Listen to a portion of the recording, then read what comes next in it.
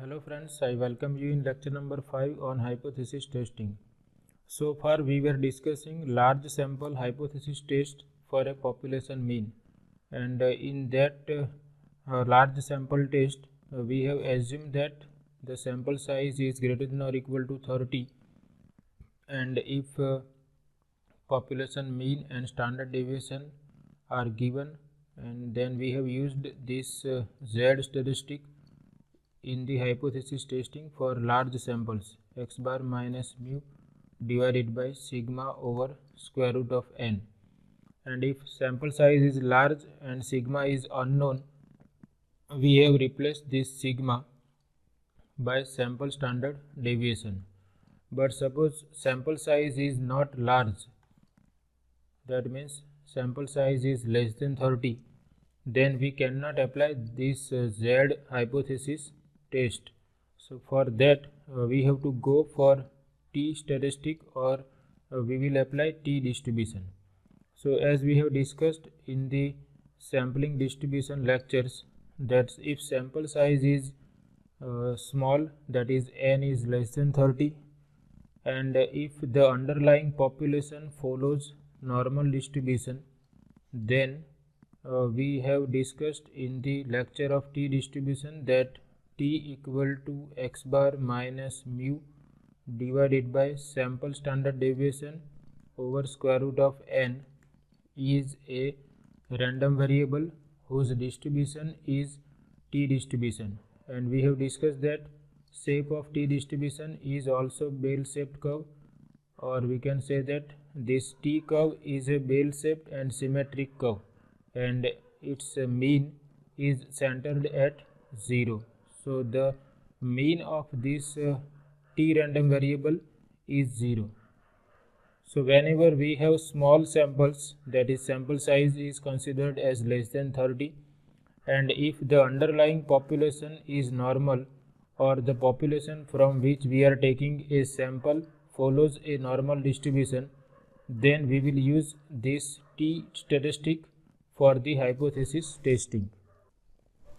And as in the case of Z test, we remember that if our alternate hypothesis is in this form, mu is less than some hypothesized value of population mean, then we will reject the null hypothesis if value of T statistic is less than minus T alpha.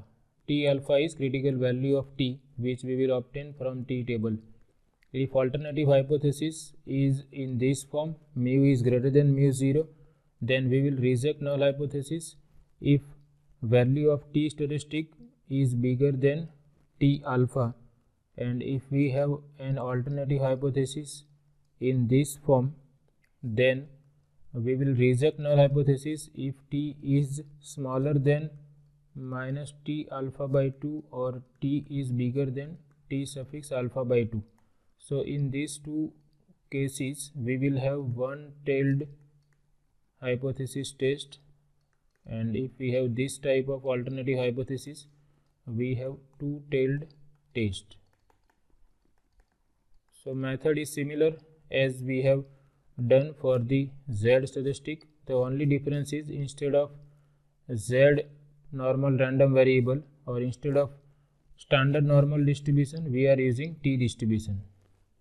Otherwise method is same.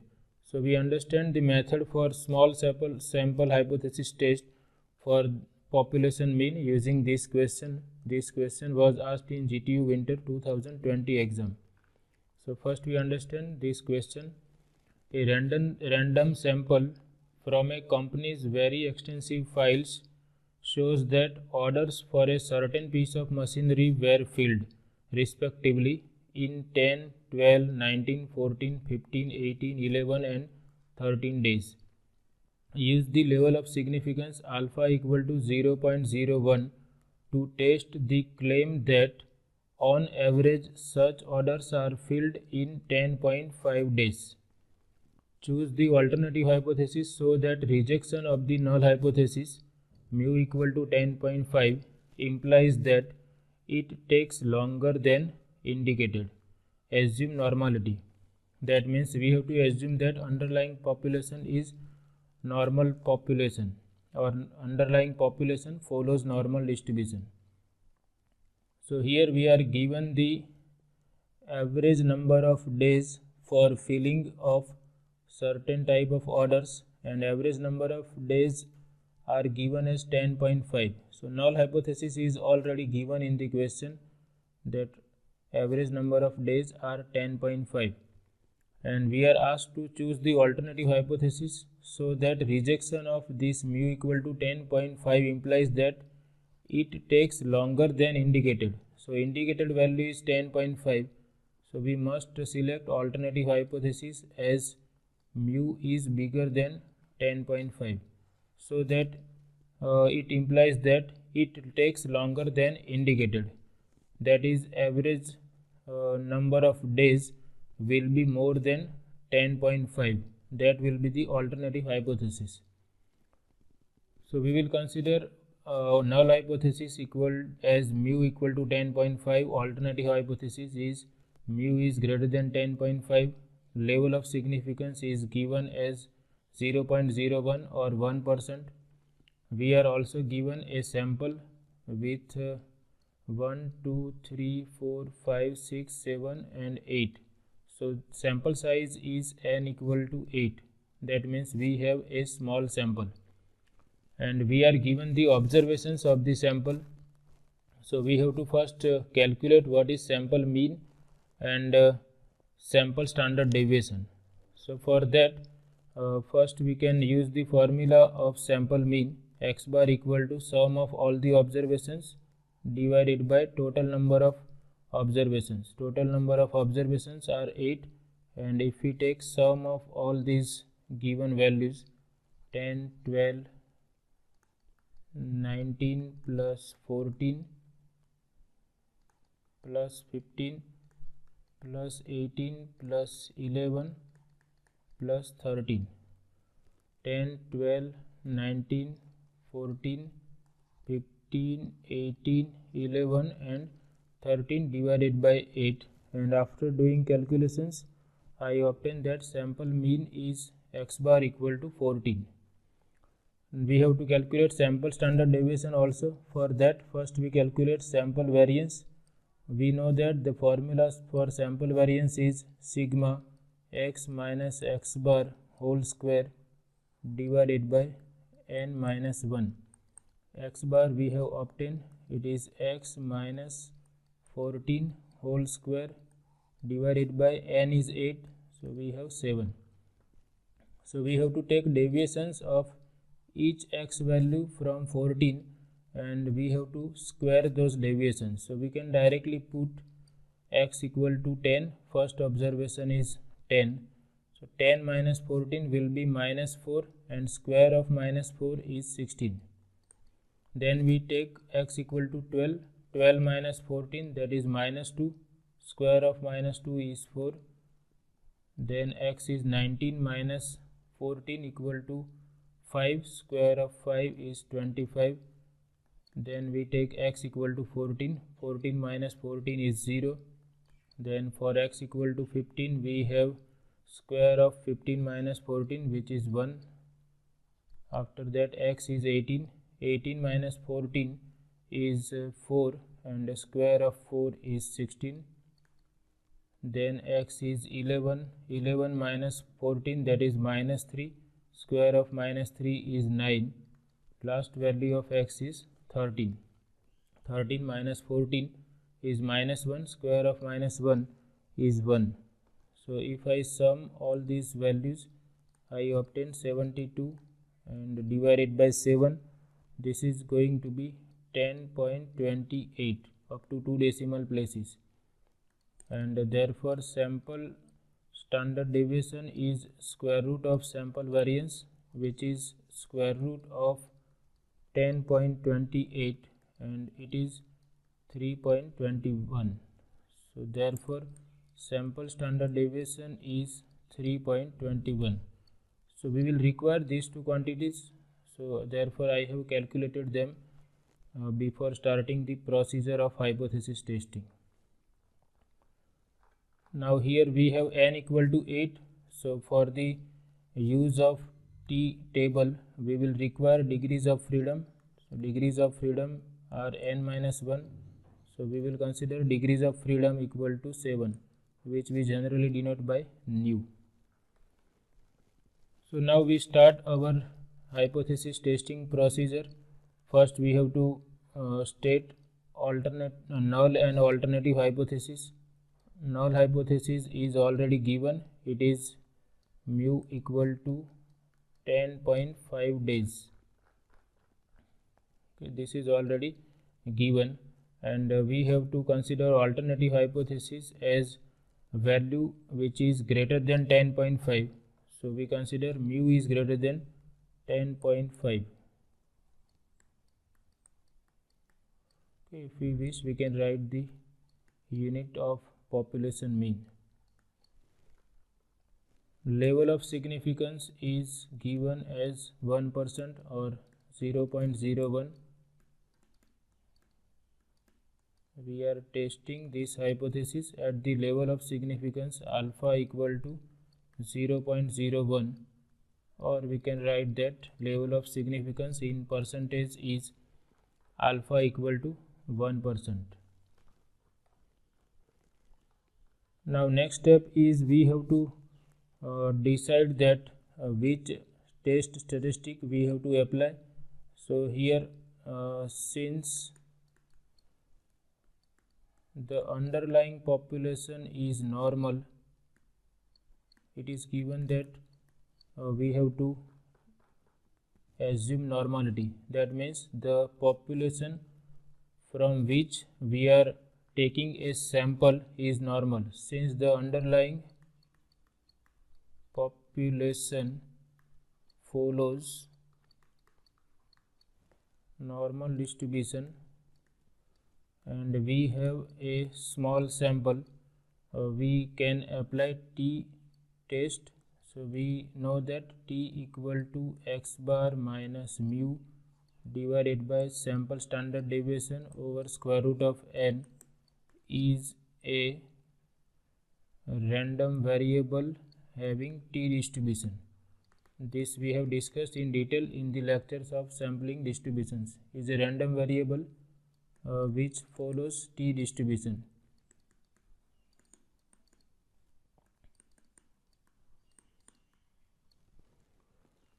So now next step is we calculate value of this t statistic.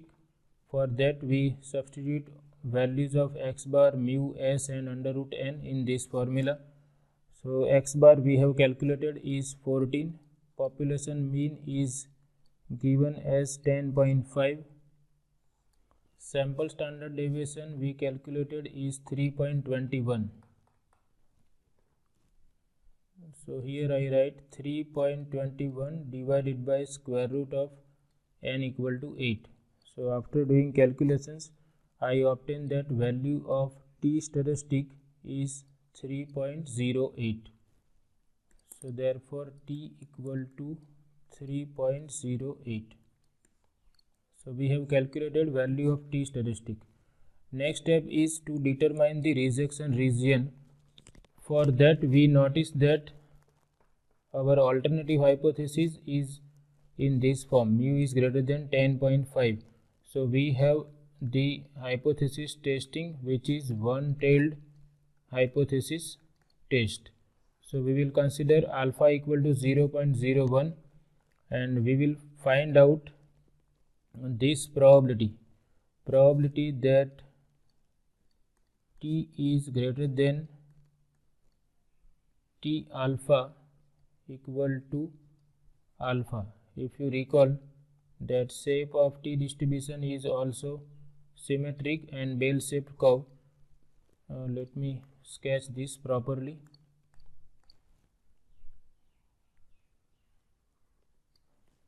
Just a minute.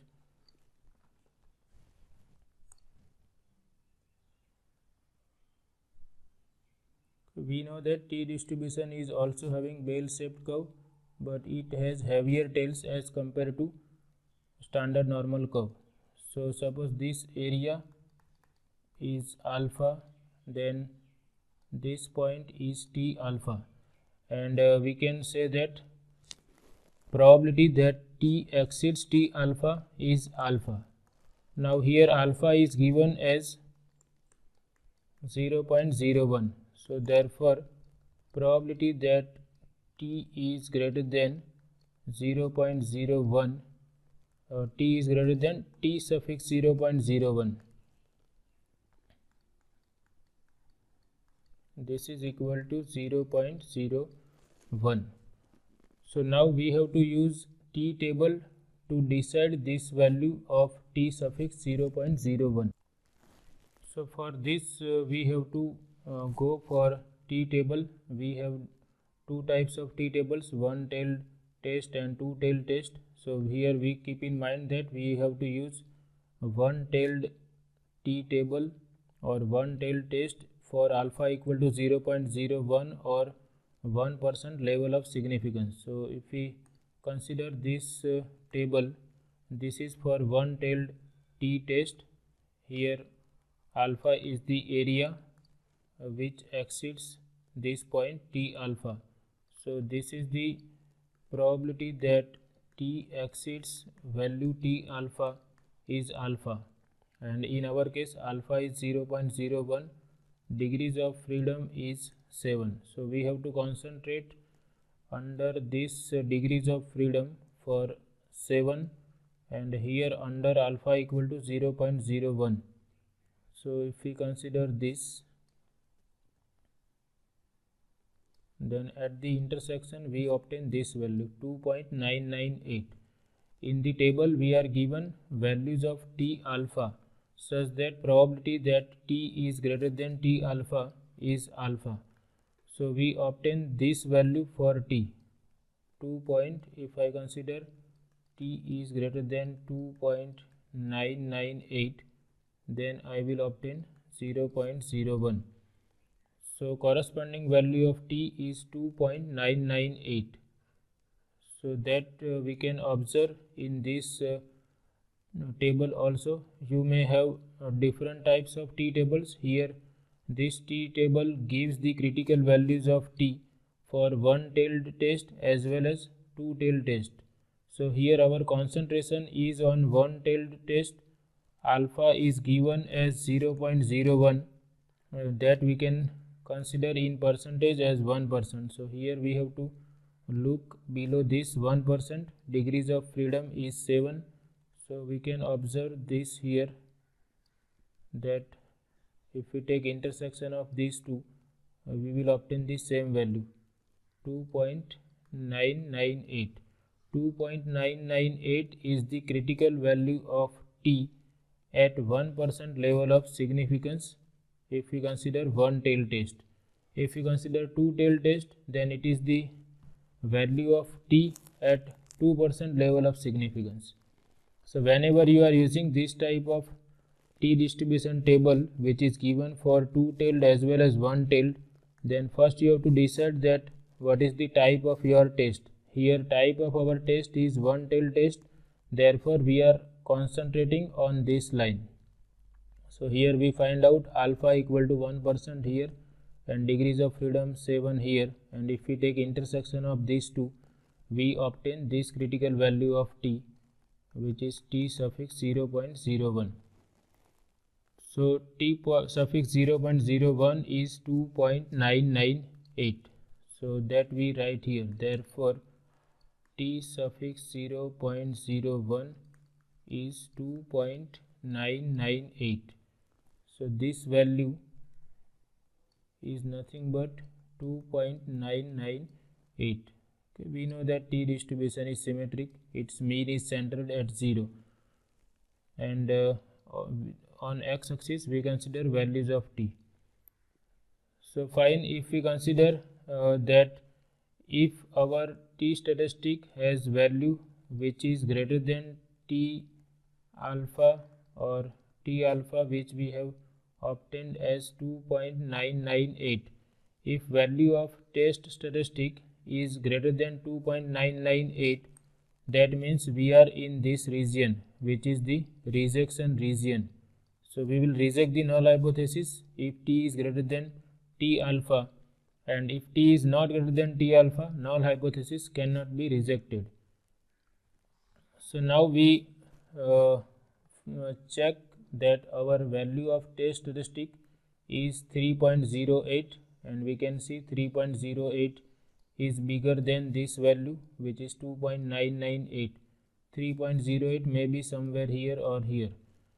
So we find that value of t statistic is 3.08, which is bigger than 2.998, which is critical value of t. We can write in this different ways: t suffix 0.01 or t alpha. So we observe that value of test statistic, which is t statistic here, is greater than t alpha. Therefore we reject null hypothesis. We reject null hypothesis, which was h naught, that is average number of days is 10.5. So we are getting the result in favor of alternative hypothesis, that it implies that it takes longer than indicated. So this claim cannot be accepted, or we reject the claim that average number of days for filling the order is 10.5 days.